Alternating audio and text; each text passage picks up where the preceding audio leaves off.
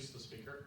I just want to say a little bit about the partnership that makes this Wilderness Speaker Series possible. Besides the Bob Marshall Wilderness Foundation, we also have the Northwest Montana Forest Fire Lookout Association. They do tremendous work restoring and taking care of our historic structures that we have throughout Northwest Montana. And we also have the Northwest Montana chapter of the Montana Wilderness Association, and also the Natural Resources and Conservation Department here at Flathead Valley Community College. And the four of us come together to put these 3 nights in a winter together. This is night number 2 for 2020. We'll have one more night, April 1st. I promise we're really having an event. It's not an April Fool event. Where Bryce Andrews will be joining us. He wrote a book called Down from the Mountain. He does a lot of bear-human encounter mitigation work and wrote a wonderful book. With that, I'm going to turn it over to John Fraley, who's going to introduce our speaker. Well, I will admit to you, I didn't know I was going to be doing this until about 4 minutes ago. But I did want to say a couple things about Tim. We retired about a year apart from Fish, Wildlife, and Parks. And all the I&E, the bear releases, and we had to kill bears and so on, Tim and I would work together a lot of times on news releases. He was fantastic to work with. We also have Tim Manley up here along with Rachel. Tim has handled over 500 grizzly bears. Now, Tim, deer, I don't think you've handled that many. I mean, where's Tim? Not 500. Not quite 500. 500 captures, I guess. And so these guys are a couple of the best bear experts in the country. It's pretty amazing. Tim and I started at the University of Montana almost exactly the same time, it's the early 70s. And there's one thing that Tim Manley was talking to my class the other day, an adjunct here, and Amy Pearson, who a lot of you know, Amy and I got in a big argument about who was the nicest person. Was it Rachel or Tim here, or Tim Manley? I think it was Manley, but you're close. Yeah. So Tim's been working with bears forever. Worked for the Fish and Wildlife Service actually for about 5 or 6 years with bears, and then switched into Fish and Wildlife Parks and had about a 28-year career with Fish and Wildlife Parks, and then retired. So with no further ado, let's turn this over to one of the nicest people on the planet, Tim Deere.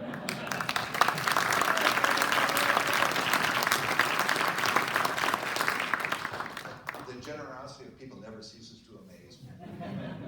But I guess it's okay to fib a little bit once in a while. But no, thank you all for showing up. This is quite amazing. I can't believe how many people have shown up here this evening. It must be a kind of a slow night on television. Yeah. But anyway, I just want to tell you a little bit about myself before I get into the presentation itself. But I grew up in the Midwest in eastern Iowa. And if you've ever seen the movie Field of Dreams, I know a lot of you have heard this a dozen times, but I grew up in the farm next door to Field of Dreams. So if you've seen that movie, you've seen exactly where I grew up.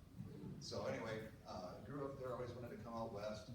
And in 1974, I finally made that decision after going to a 2-year school in Iowa.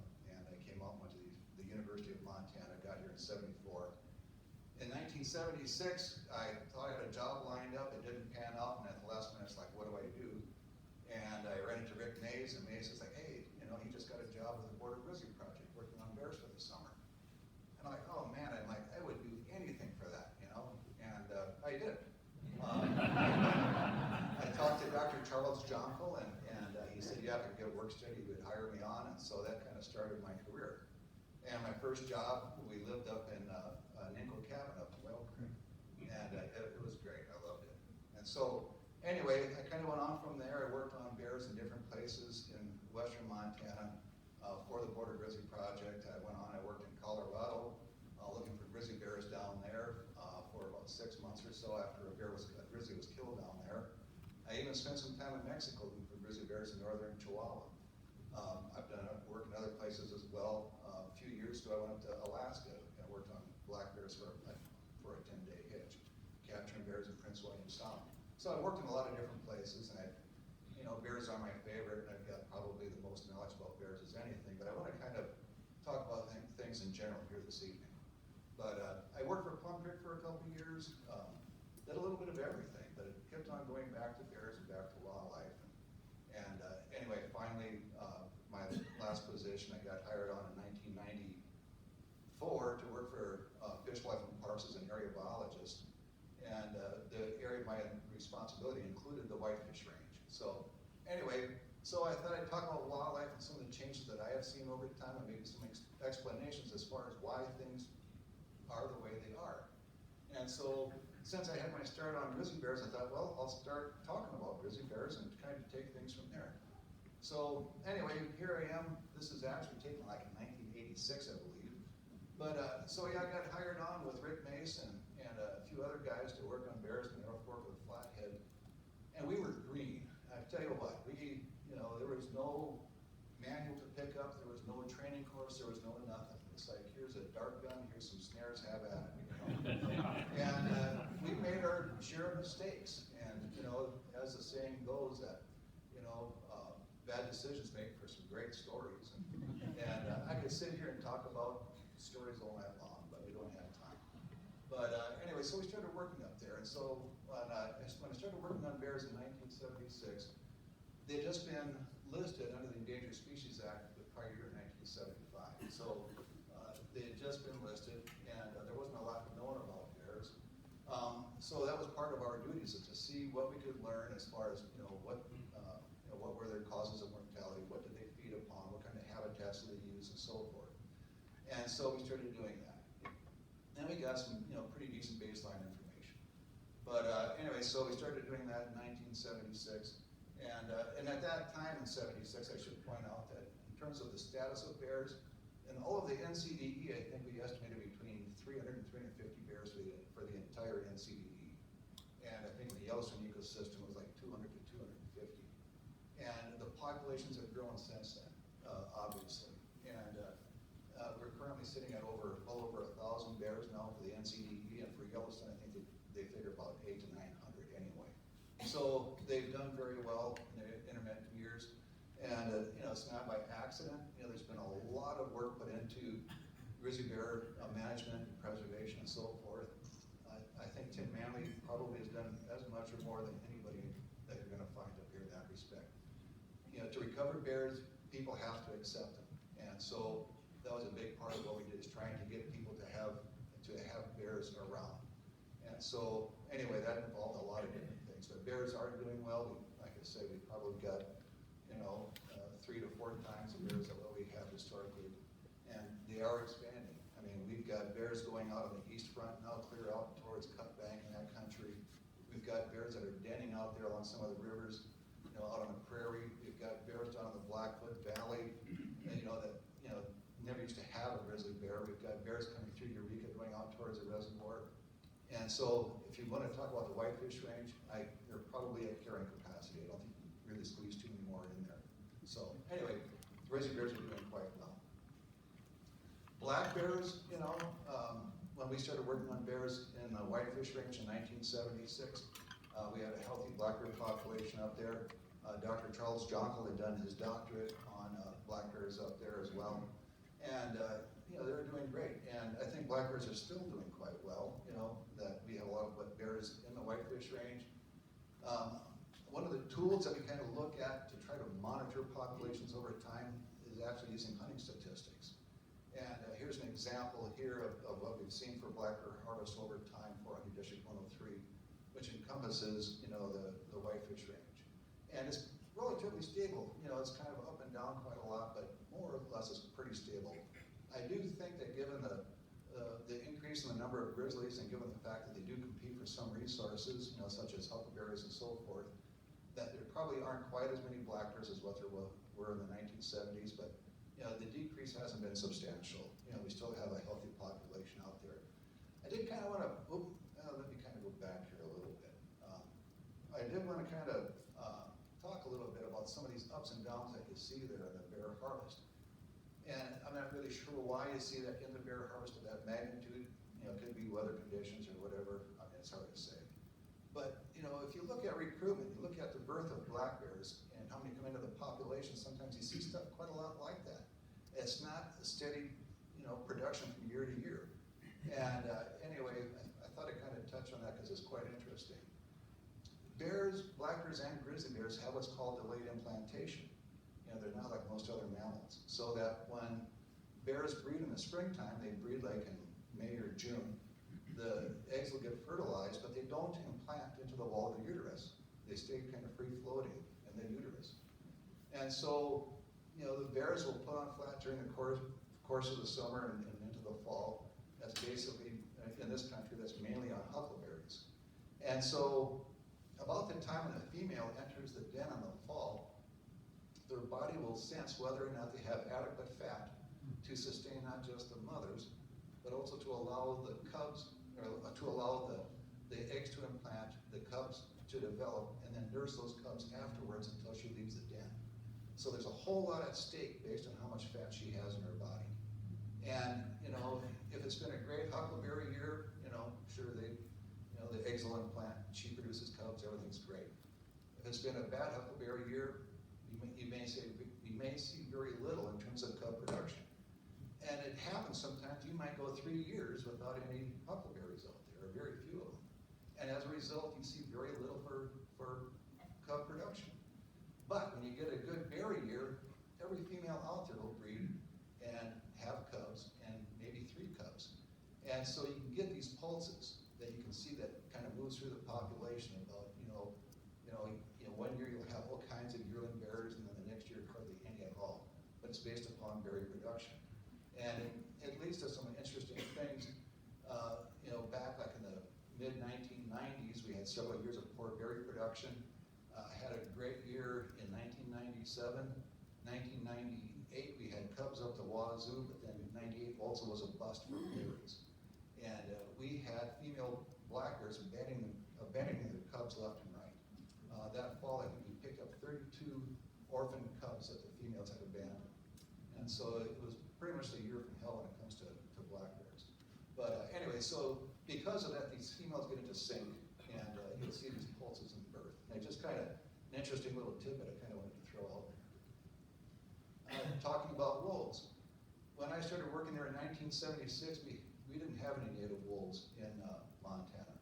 We get the odd one that would come through now and then, and they'd been extirpated back in the 1930s. And then in 1979, they started showing up in the Flathead north of the border.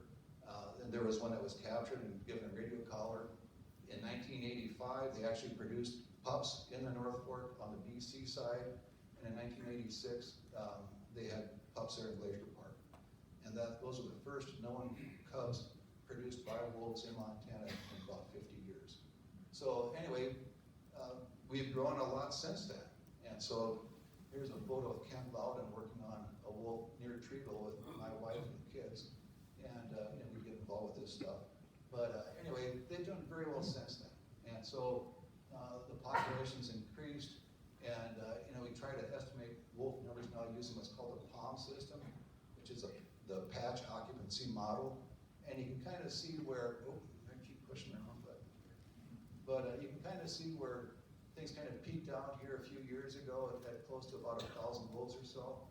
That gray area is a 95% confidence interval. And it appears the population's gone down a little bit since then. But we do have a healthy population. And this is for all of Montana. As far as the Whitefish Range, the North Fork goes, like I say, they had their first pack in the first litter in 1986.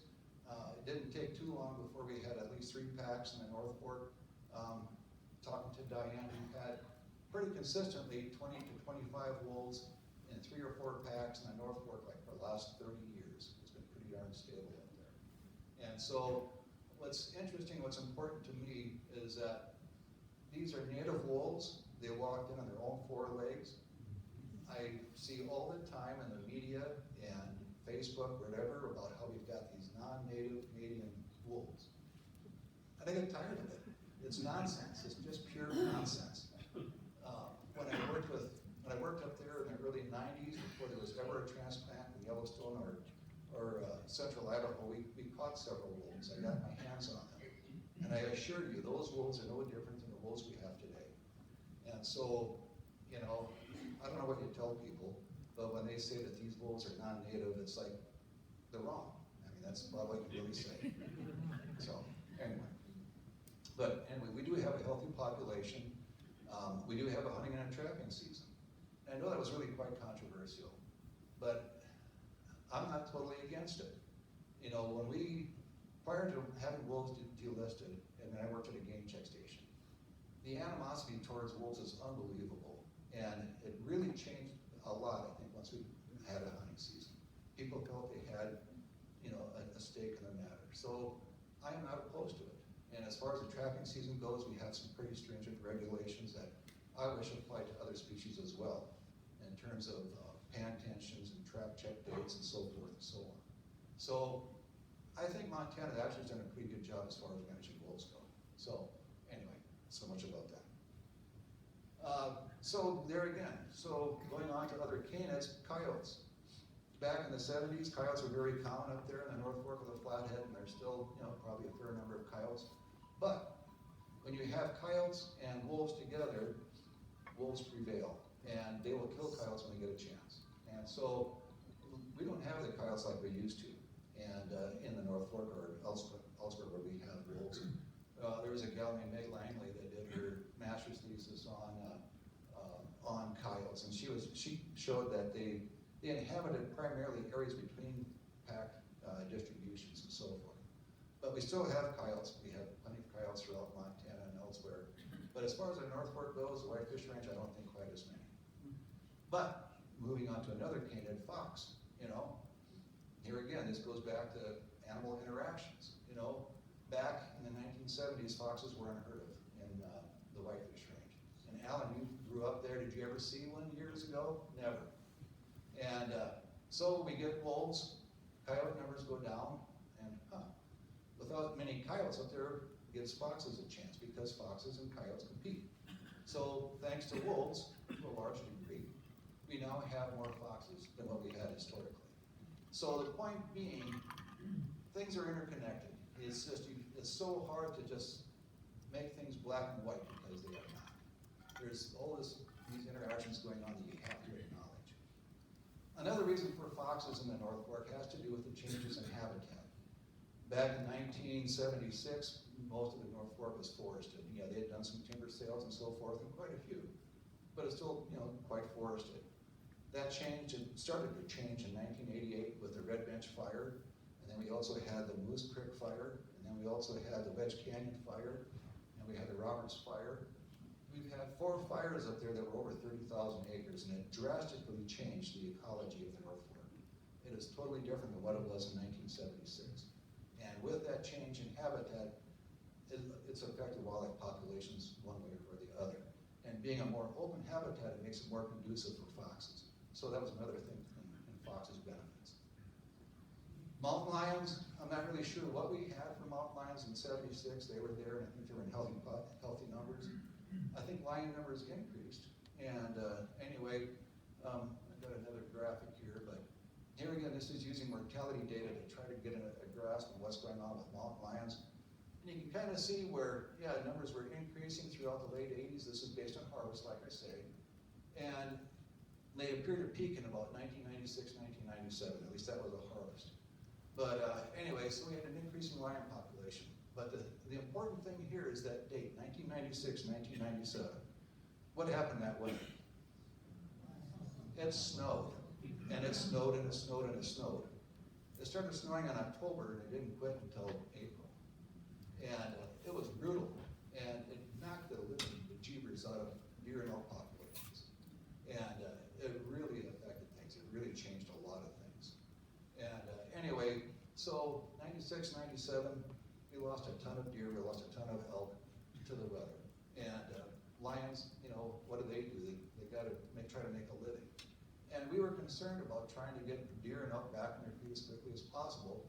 And we intentionally hit lions a little bit hard with our hunting season in 1997, try to thin them out again and get deer and elk back on their feet.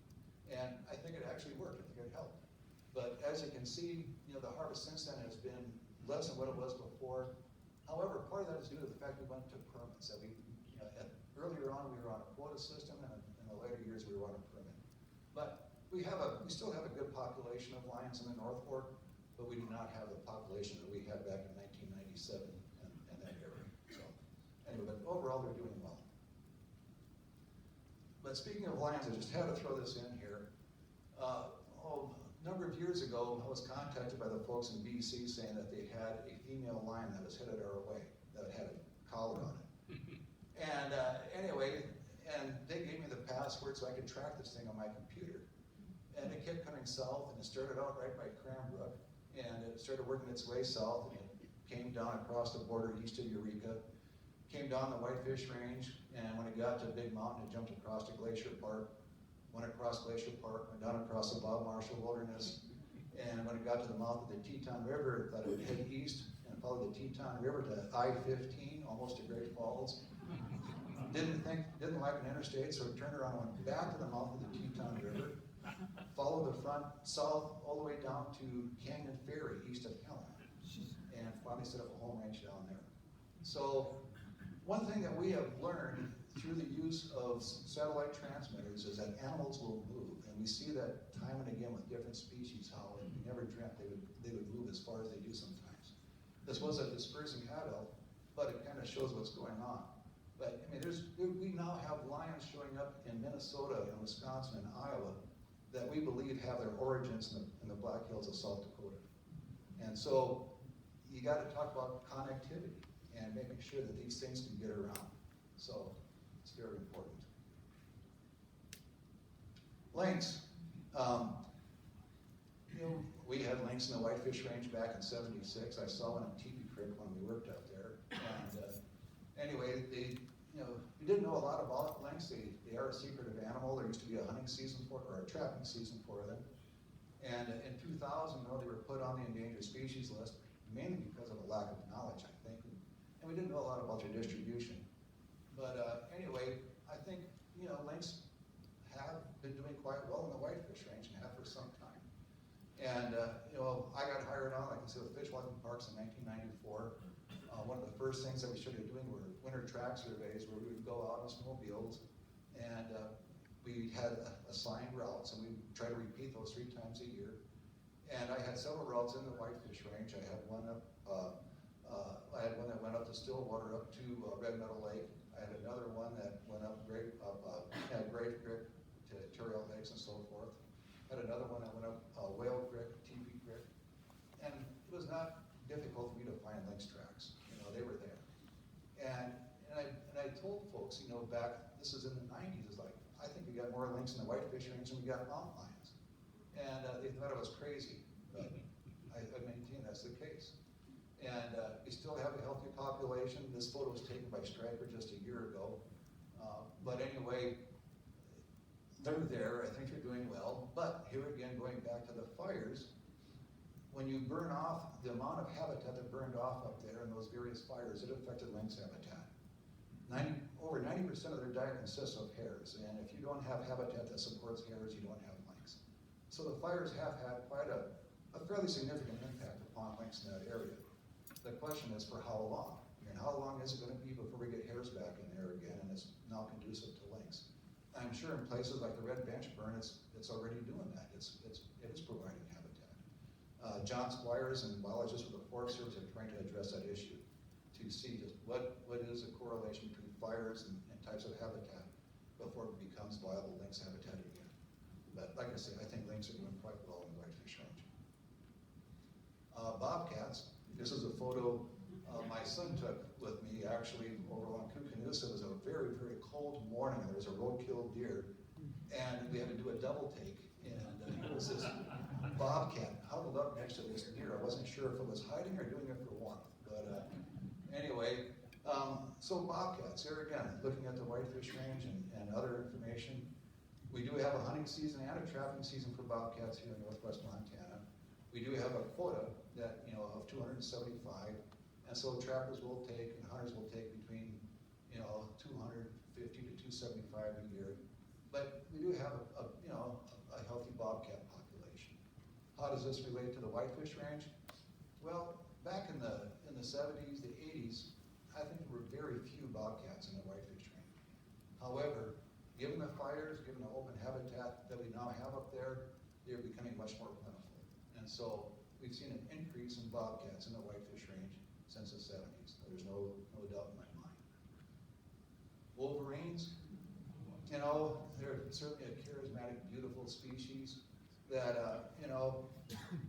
they did quite a bit of work in Glacier National Park. Glacier Park contains the best wolverine habitat in the lower 48 states. It's 2 million acres of habitat up there.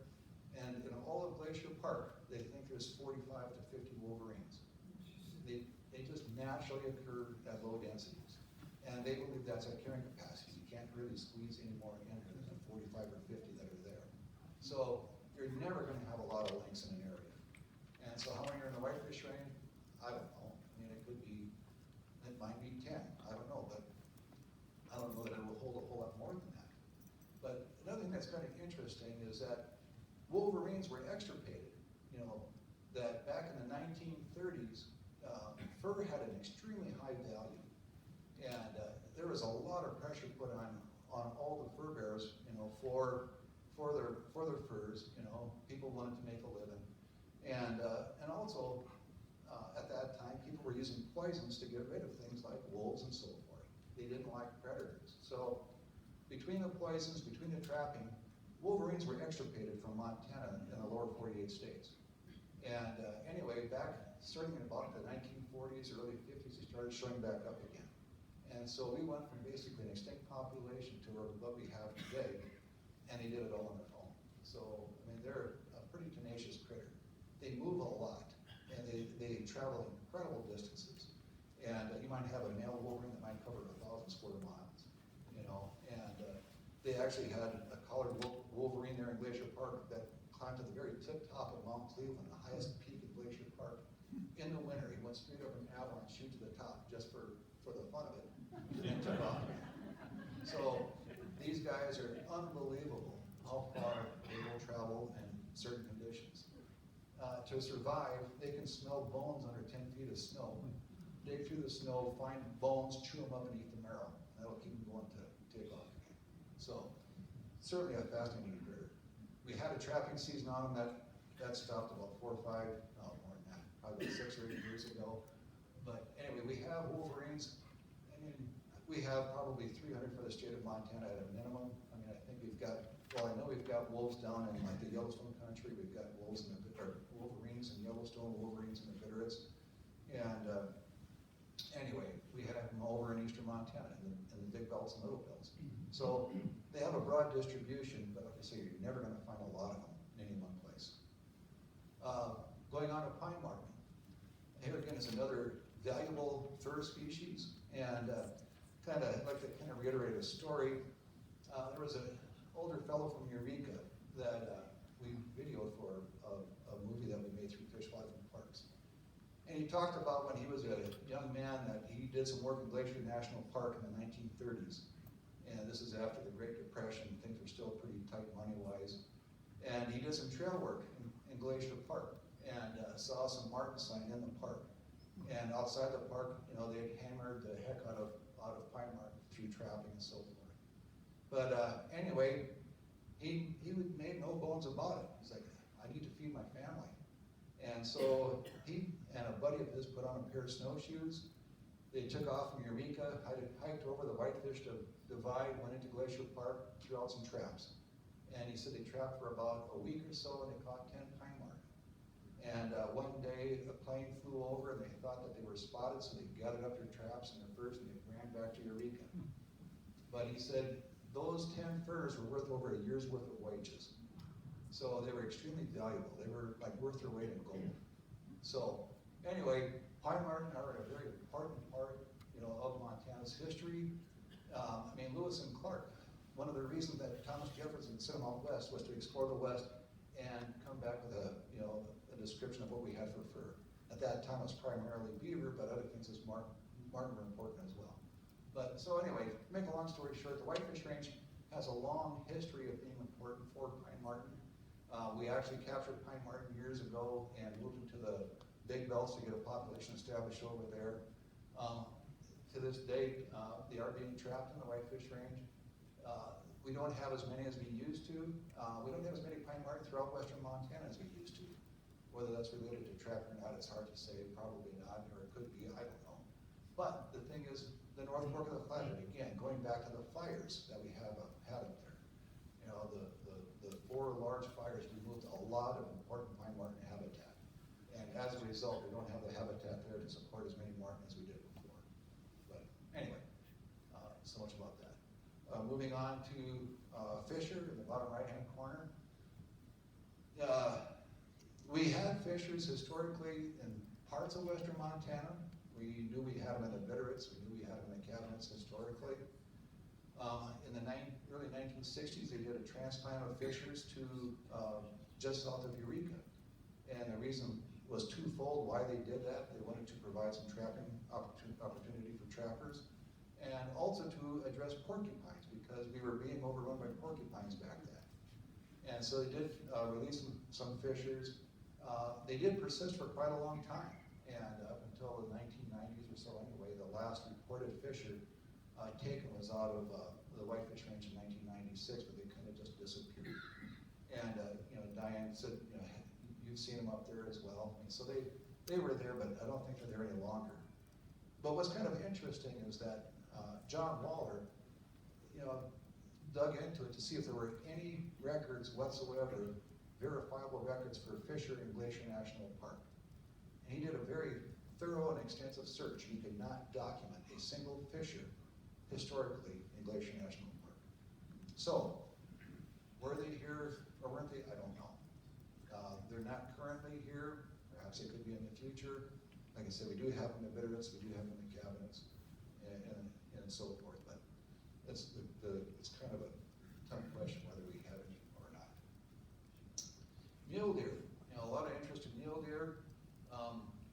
Mule deer numbers have been decreasing in many places throughout the West, and the Whitefish Range is no exception. And for those of you that live up the North Fork or travel up North Fork, you probably recognize this is right there at the bottom of Big Creek. Every spring, there they are, just like clockwork, But so we don't have the mule deer that we used to, and we tried to figure out why and what can we do about it. And for many years, we tried to find the funding to do something on mule deer, and that finally came to fruition here a couple of years ago, where we got some money and we set aside. We had 3 study areas, one of them being the Whitefish Range, another being the Fisher River cabinets, and the third being the Rocky Mountain East Front.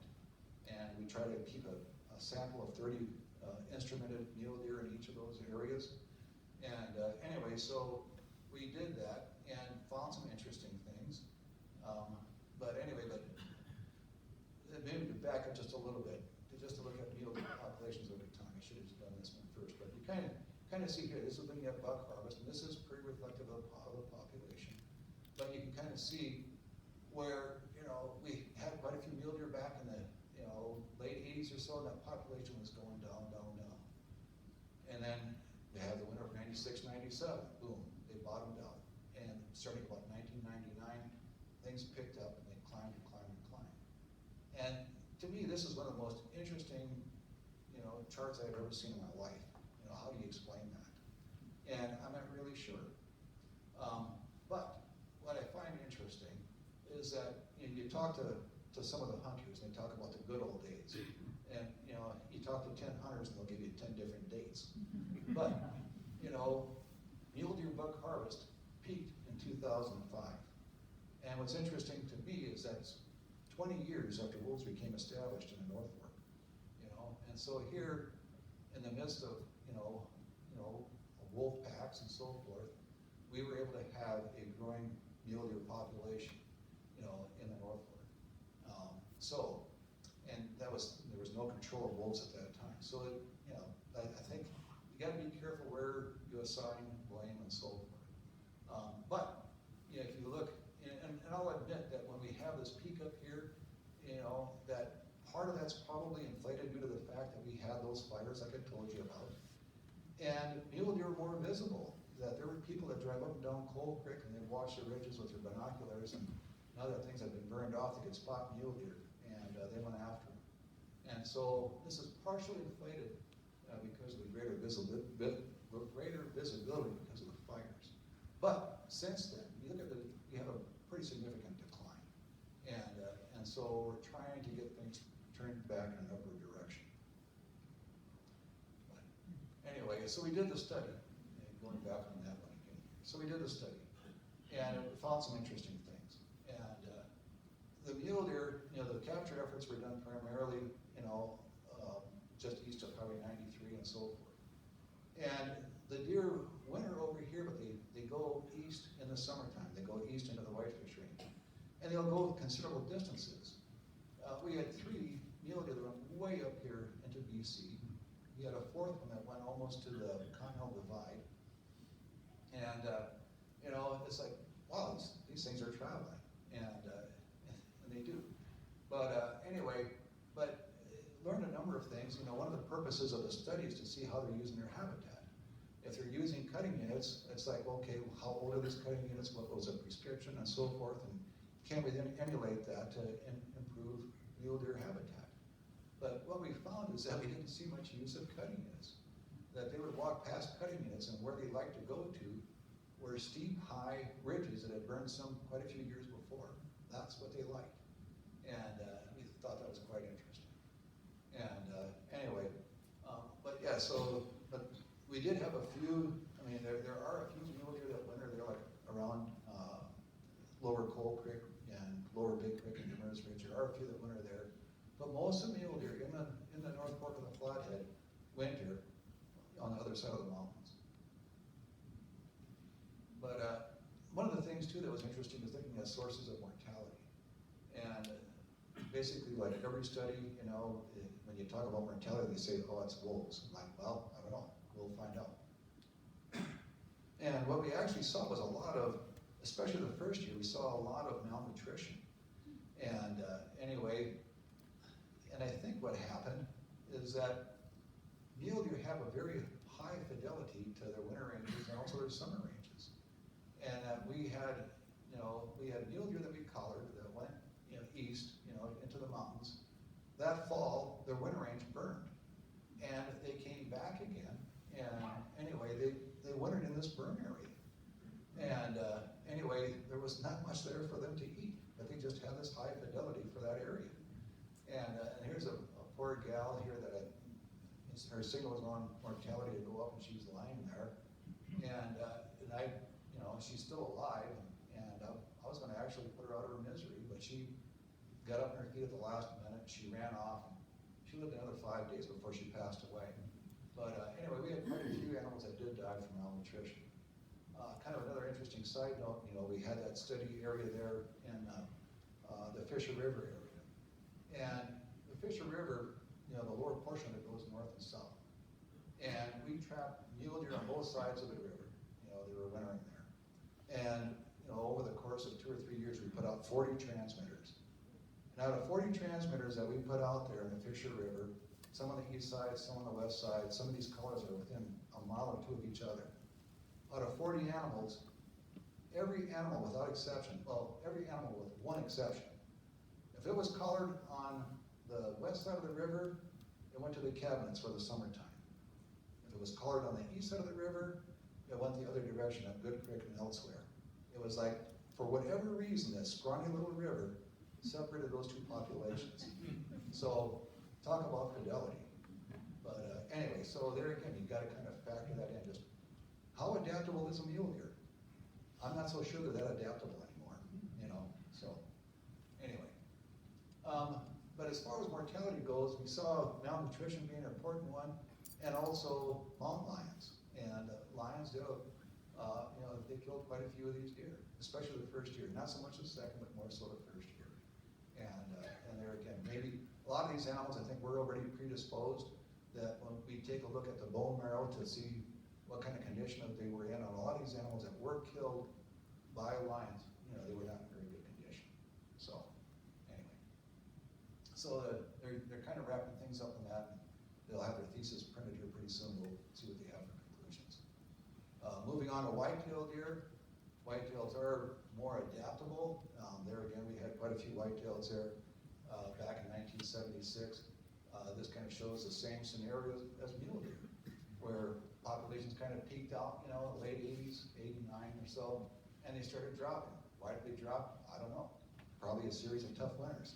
You know, white-tailed deer don't handle deep snow that well. But for whatever reason, they dropped. 96, 97 hit. Boom, they bottomed out. Guess what? They took off. And they climbed, and they hit a record high in about 2005. And they dropped again, they picked up again. But anyway, so much of this, though, is influenced by winter weather conditions and what they have for thermal cover. And I can't stress thermal cover enough. And thermal cover is kind of a misnomer. It's basically having large stands of large trees on their winter range that can intercept snow. They have to be able to move around underneath them. And those trees do provide forage in the form of lichens and also boughs that break off, in wind events and from the snow and so forth. They have to have that. I mean, mule or whitetails are pretty fragile otherwise. And when we had those fires there in the North Fork, huge swaths of their winter range burned. And that was not good for the whitetails. I mean, fires, I think in moderation, I think are great for wildlife, and most species of wildlife, but we had so many big burns in such a short order that it drastically altered the ecology there in the North Fork of the Flathead. And so, anyway, like I say, so much of it's weather dependent. If you have an easy winter, thermal cover is not that important. If you have a tough winter, it's critically important. And the thing to remember is that weather conditions, when you're sitting here in Kalispell and you get 6 inches of snow and it's 0 degrees out and you're complaining how nasty things are, well, in the North Fork, there's 2 feet of snow and it's 30 below 0. It's much more brutal up there. And you have to have the right habitat for these things to do well. And so, what's going to happen in the future? I don't know. I think a lot of it depends on the weather conditions and so forth. Elk, moving on. This is a photo north of Eureka. We had healthy elk numbers in the North Fork. And here again, you kind of got to follow the blue line. We've got blue for bulls, and then we've got yellow for cows. And see, you want to attract males because the hunting regulations for males varies a lot less than for females. We adjust cow quotas and permits and stuff all the time. We monkey with things, but we don't do that with bulls. That's pretty consistent. And males in general, whether it's buck white-tailed deer or buck mule deer. But anyway, you can kind of see here, as far as with our bull harvest, it was increasing actually, and we have a gap right here. And it's kind of a long story where the fellow who got these statistics through phone surveys, he passed away, and there was a 2-year gap before they got somebody else that kind of filled in to do the right job. And so the 2 critical years, 97, 98, we have no data from our phone surveys. However, I'm quite confident things bottomed out following the year, winter of 96, 97, they bottomed out like everything else. And guess what? They took off again. And 2007, we had the highest bull harvest on record for many, many years. However, it's gone back down again. And so, why is that? I don't know. It could very well habitat related, but anyway, but we do not have, we are down elk considerably from what we were in 2007. Just here again, just showing elk movements. We have elk that winter by Eureka. I threw out a collar on several elk here some years back, and we had a cow elk that went from Eureka, and she would summer in Top of the World Provincial Park up in BC, and this is way northeast of Fort Steele, if you know where Fort Steele is. It's about 80, 90 miles as a crow flies, and she did this several times. Where she'd winter down by Eureka, go up there in the wintertime, or she'd winter by Eureka, go up there in the summertime. There again, talking about connectivity and how important that is. And she followed the same path every time she'd go up and down there. If you go to Canada, the Canadian government subsidizes ranchers to build elk-proof fences to protect their fields. And it's getting more and more of an issue and more of a barrier. How much longer she can continue to do this or other elk, it's hard to say. But it's something to be concerned about. Moose, we got moose in the North Fork. And anyway, when I was there in 1976, I honestly don't remember. I don't have a lot of time. Anyway, to make a long story short, you can see where things peaked out again in 93, 94, whatever. 96, 97 hits, and numbers dropped appreciably, and they have not picked back up. Unlike the other critters. And so that is a concern. I'm not really sure what we can do about it, but no, we do not have the moose in the North Fork like we did historically. We are doing a study on moose, and we started this about 7 years ago, and we've got 3 study areas, one of them being the Fisher Cabinet area, another one being the East Front, they're out of Shoto and that area, and then also down by Dillon. And to date, they're going to try to keep a colored sample of at least 30 animals in each area to 30 to 40. We've had 58 mortalities thus far. Out of the 58 mortalities, 35 have been health related.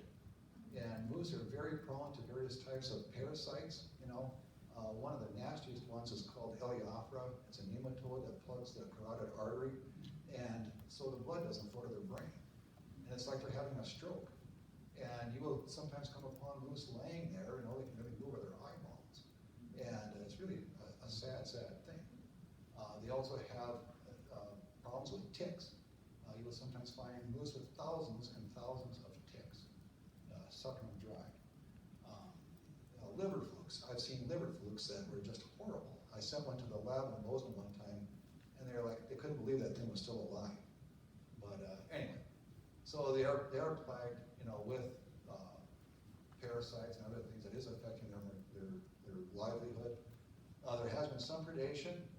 There's been a total of 11 moose out of the 58 that have died from predation, and this kind of breaks it down here. And you can see here where we got the 3 different study areas, and this is the health-related stuff. We've had 6 here in the Cabin and Fisher, 20 in the Big Hole Valley, and 8 in the Rocky Mountain Front. Look at predation. Most of the predation has occurred here in western Montana, and yes, most of it has been from wolves. And these are only adult moose. We don't really know what's going on with calves. We wish we knew. And so, what's happening with them between, birth and when they hit 1.5, 2 years old, we don't know for sure, but we just aren't seeing the recruitment in our moose population here in western Montana. But the population is considered stable at this time, but it's at a lower level than what it was historically. Bighorn sheep, and I tend to include the area east of Eureka, the Galtons, as part of the Whitefish range.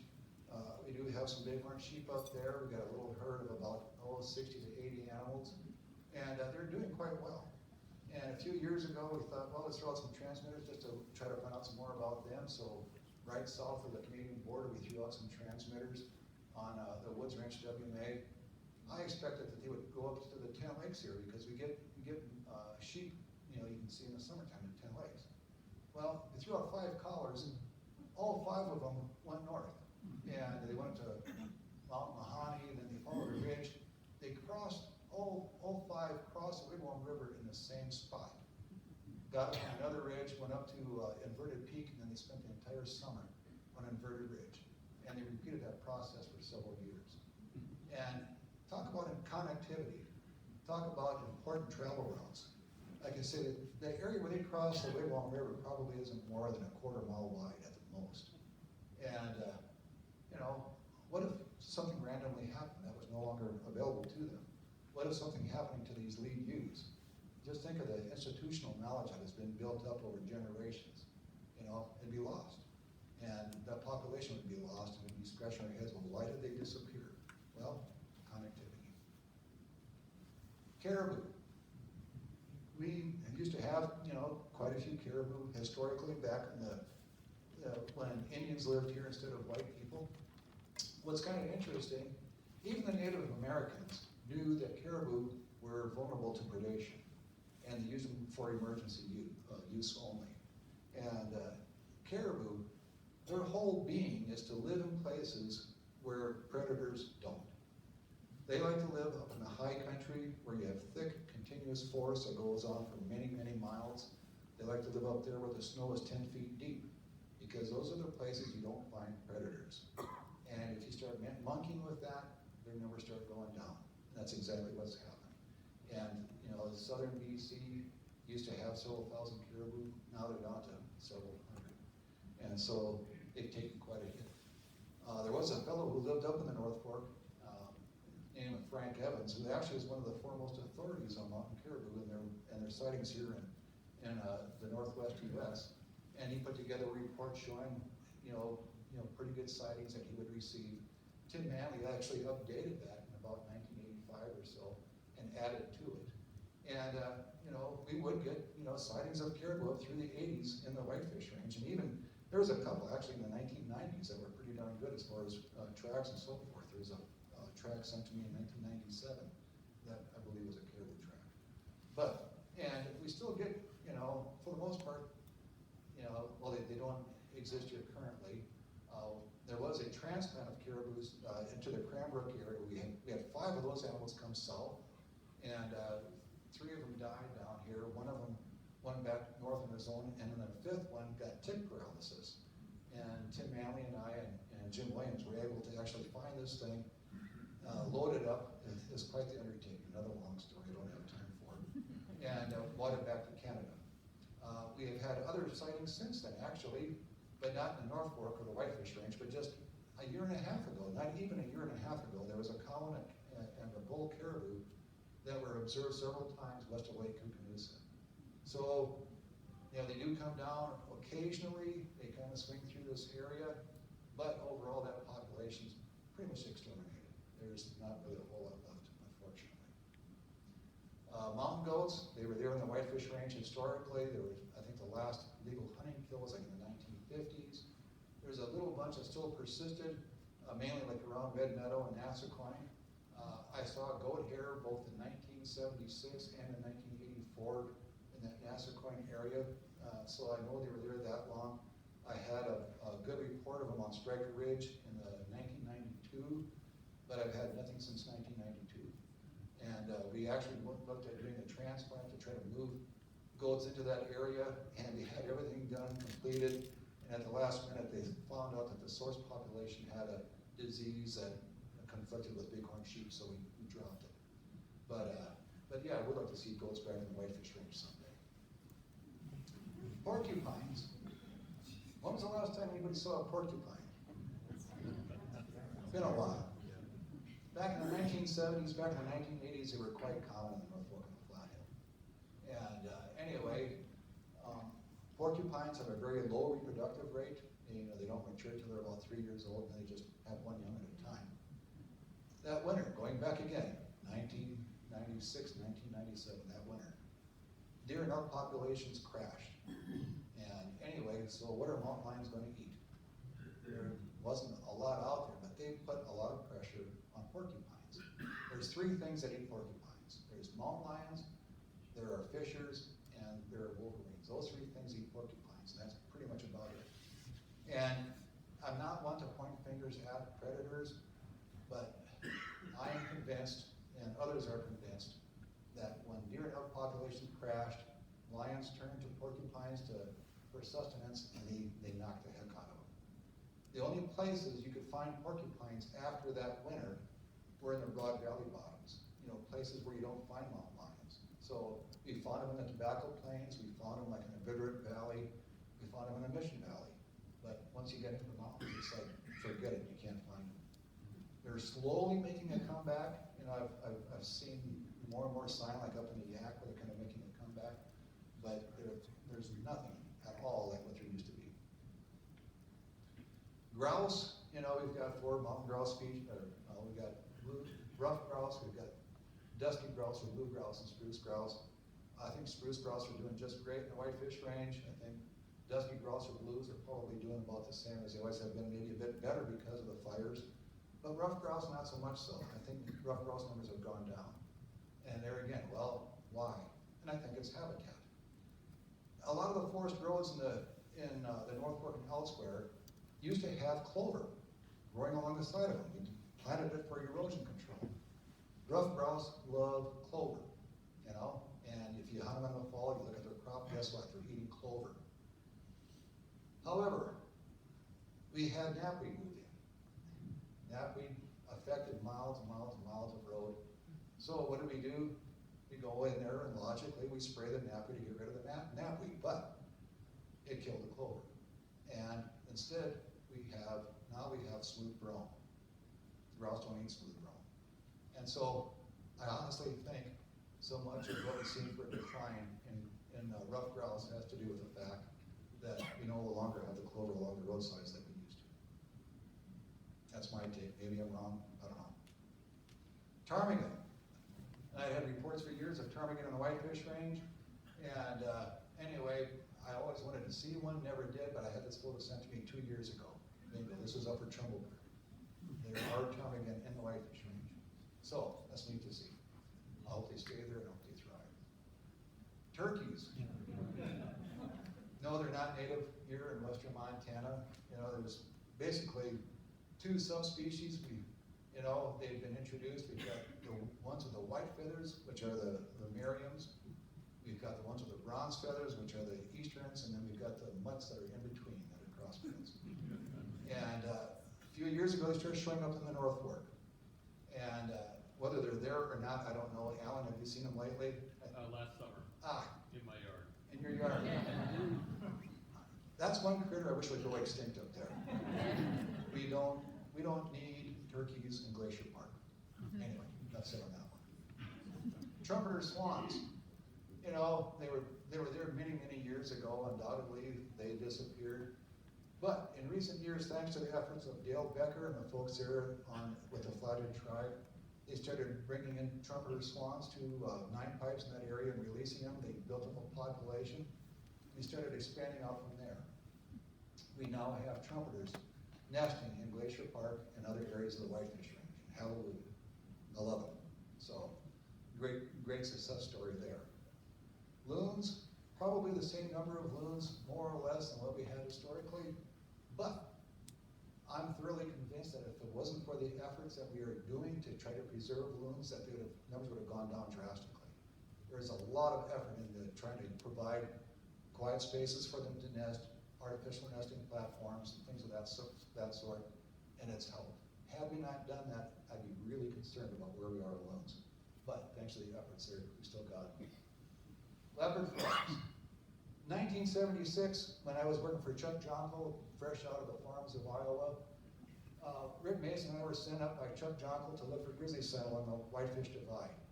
Our first night up there, we camped by a little pothole that was teeming with frogs. And so for dinner that night, we picked up sticks and we whacked a bunch of them over the head, and we ate them. And anyway, that was 1976. Today, there are none. They're gone. They're extinct. There are no frogs in the Whitefish range. There's really no frogs anywhere in western Montana, leopard frogs. There was a little bunch that were kind of persistent by Foy's Lake, but I think they're probably gone now. The Flathead tribe, again, Dale Becker and the folks down there did an effort where they brought in frogs from elsewhere, released them on the reservation, and they do have a population of leopard frogs now on the Flathead reservation. But that's the only population I know of here in western Montana. Historically, they were the #1 species. Now they're gone. Why? They are susceptible to a fungus called a chytrid fungus that's affecting amphibians across the world. Where that's going to end, nobody knows, but I know it's had drastic effects in the local ecology. Daddy longlegs, I'm almost done here. In the early 80s, it was 1983, I was bow hunting with a friend of mine. We went into the caves. They're in Lower Toma Creek, up Trail Creek, and I'm showing them these caves. And it's early October, and anyway, we're in these caves, and I noticed these brown splotches on the ceiling. I hadn't paid any attention. All of a sudden, Gary says, "Look at the spiders." And I looked, and these big brown splotches were daddy longlegs. And Diane sent me a picture that was taken back in the early 80s. And these daddy longlegs would form these compact masses. And in probably a couple square inches, you would have a couple hundred. And they would extend their legs upwards so they look like hair. And anyway, in 83, I'm not exaggerating, I thought there were millions. I mean, I would see splotches that were 8 to 10 feet across in those two primary caves when you come in up there. And then that begs the question, where did they all come from? I mean, you had to walk for miles to get to these caves, literally. And well, how do they know about it? How do they know where to go? But the thing is, and I've talked to other people that said that, yeah, when they were kids, they'd see these daddy longlegs in these caves. They've kind of disappeared. And I know insect populations, I know arachnids can fluctuate, but I'm worried. It's like they're not there anymore. Why? I don't know. I wish I knew. But anyway, I wanted to point that out because I think it's important. And that's it. I'm done. So if you have any questions, we have to answer.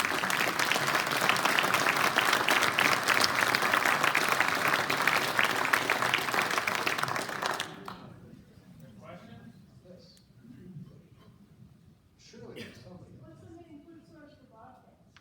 They'll eat anything.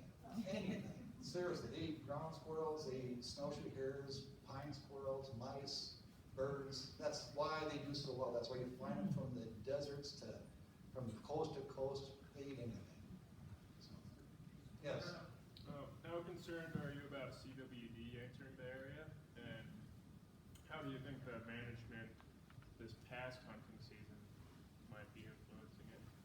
That's a good question. And I don't, oh, I'm sorry, but what are my concerns about CWD, you know, and management and so forth? Yeah, I don't like it. Nobody likes it.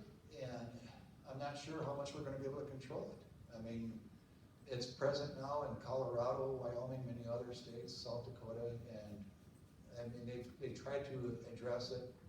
There's only been one instance where they actually got ahead of it, and that was in New York. They had a small outbreak in New York. They shot the bejeebers out of the deer, and they were able to eradicate it.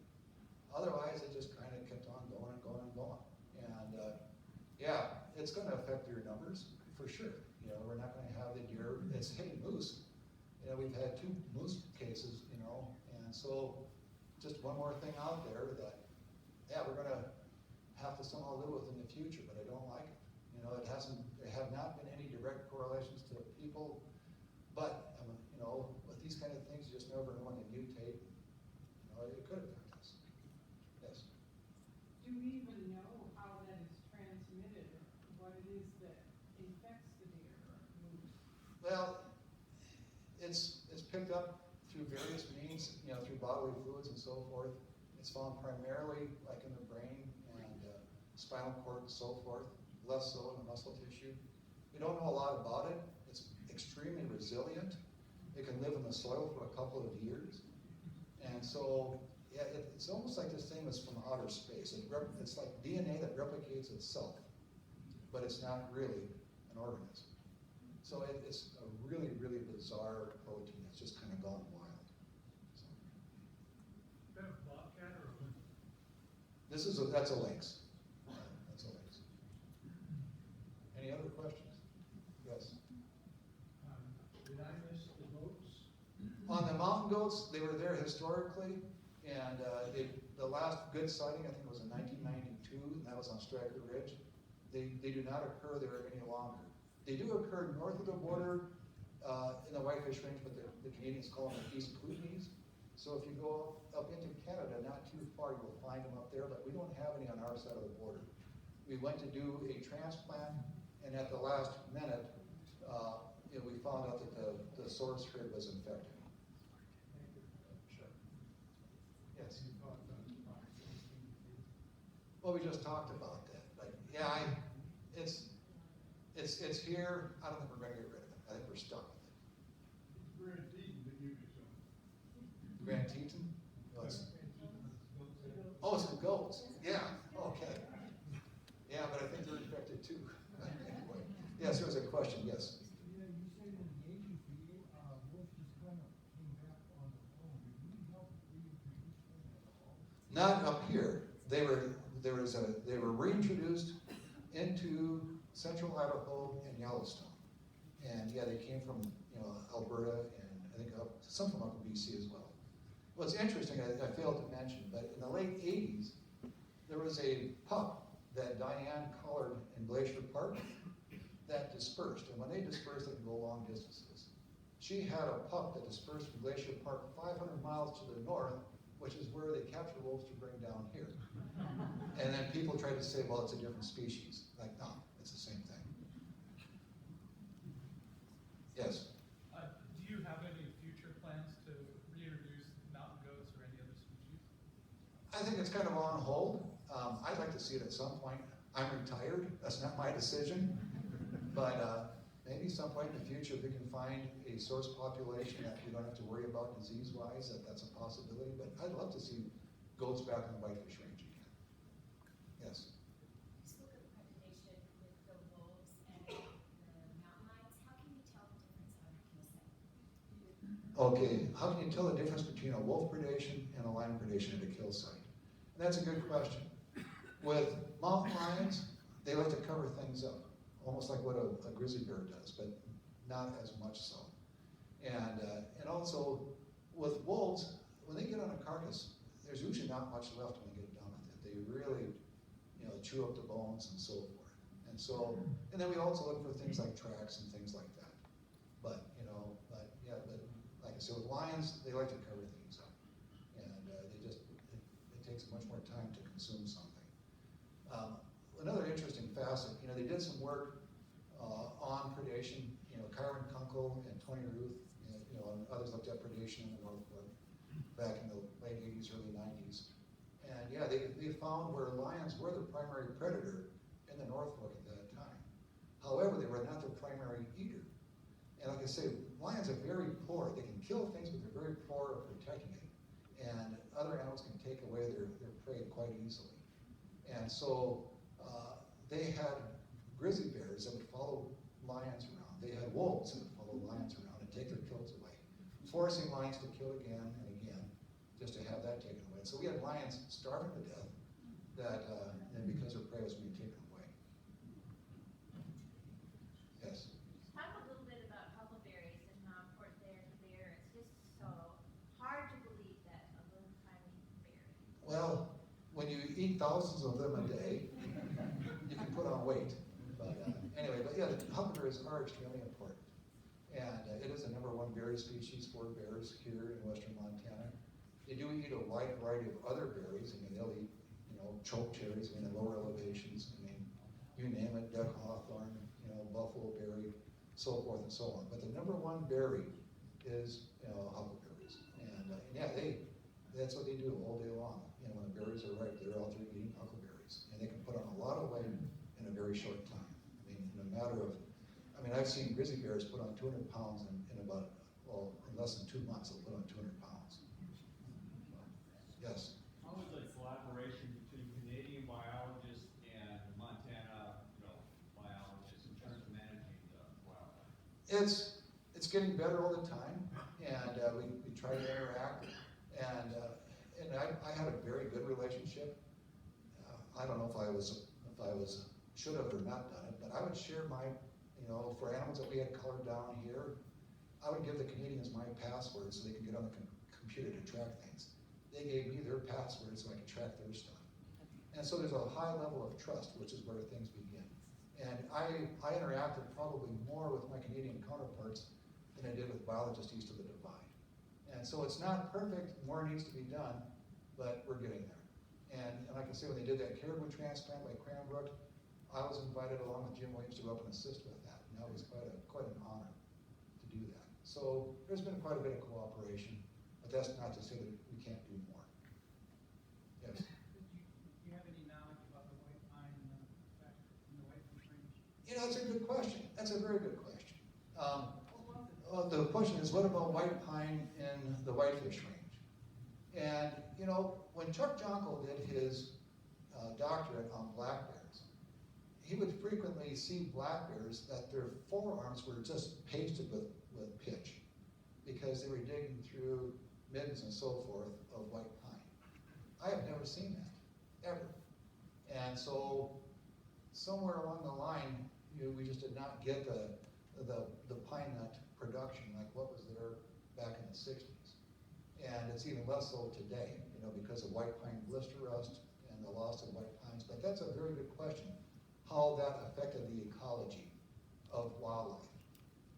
I have kind of come to the conclusion, the observation, that here in western Montana, it's mainly forested. Our primary conifer is Douglas fir, all right? And when I worked for Plum Creek, and Lori, you can help me out on this one.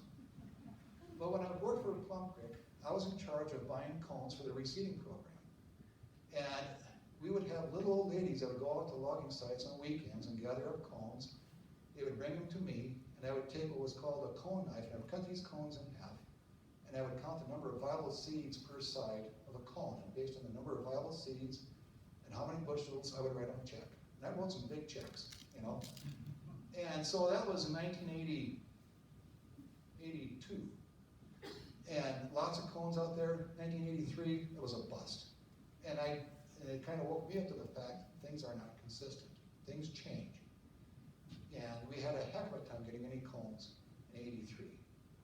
And so since then, I've kind of been watching the cone crops. And yeah, there's some years they're like, boom, the trees will be loaded, and other years there's nothing. A few years ago, 6, 8 years ago, We had a great crop of Doug fir. I mean, unbelievable up where we live. I don't know if it's true every place, but at least where we live, that area, a huge crop of Doug fir cones and seeds up around Eureka, Trigo, that country. That winter was a tough winter, and a lot of snow on the ground, got a crust on it, and we got lots of turkeys around there, and I thought, oh, the turkeys are gonna die, you know? Well, all these seeds dribbled out of these cones all winter long, and they'd land on that crust, and turkeys would walk around picking at them, and that's what they ate. And I found a couple of carcasses where coyotes had killed these turkeys. The crops were still there. They were full of nothing but Doug fir seeds. I thought, interesting. Doug firs are important to turkeys anyway. What's interesting, that next year, everybody was complaining about mice. My God, we never had so many mice in our lives. You know, they had all these Doug fir seeds to feed upon. They had that nice crust protecting them. They lived under the snow. It kept them nice and warm. There was no reproduction, and there was no mortality and lots of reproduction. Let's put it that way. And so we were overrun with mice. And guess what? A year or two later after that, we were overrun with skunks. Skunks eat mice. So you kind of see where I'm going with this. You know, I don't know what factors lead to cone production. I don't know. I don't know if Doug fir and larch and pine, ponderosa pine, I don't know if they're all kind of on the same scale or if they vary.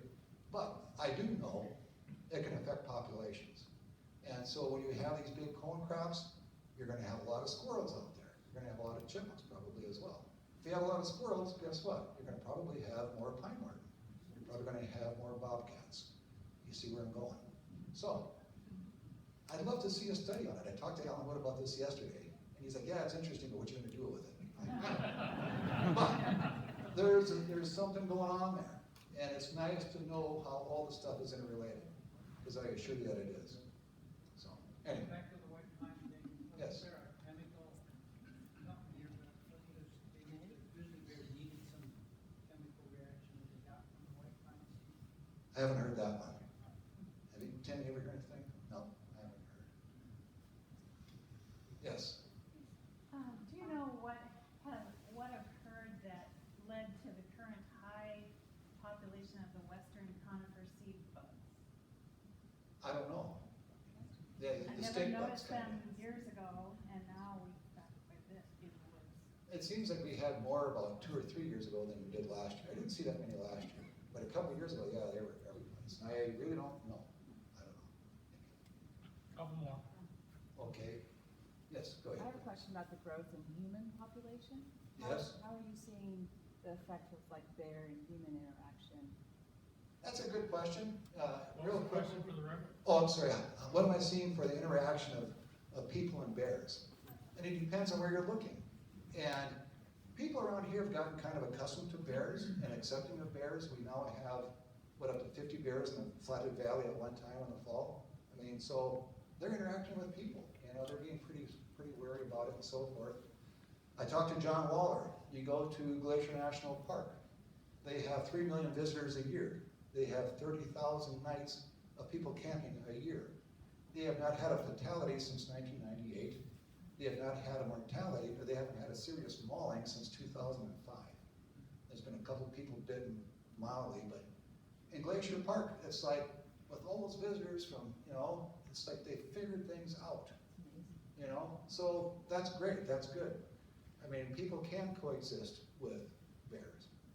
But then again, I went to a meeting last week with the Grizzly Bear Advisory Council in Libby, and there's these gals complaining about bears in their yard and going after their kids, you know? And I'm like, well, put up an electric fence or something. But they're like, no, they don't want to feel fenced in. Well, maybe we got to adapt a little bit, you know? And there's got to be some give and take there. It's a great question that leads into our next wilderness speaker, Bryce Andrews, who works with humans and carnivores, and will be speaking about his book, Down from the Mountain, which is about bears in the Mission Valley and trying to keep them from getting habituated to eating corn. And that's April 1st in this room. All right. I think our time is up. Thank you. All right, thank you very much.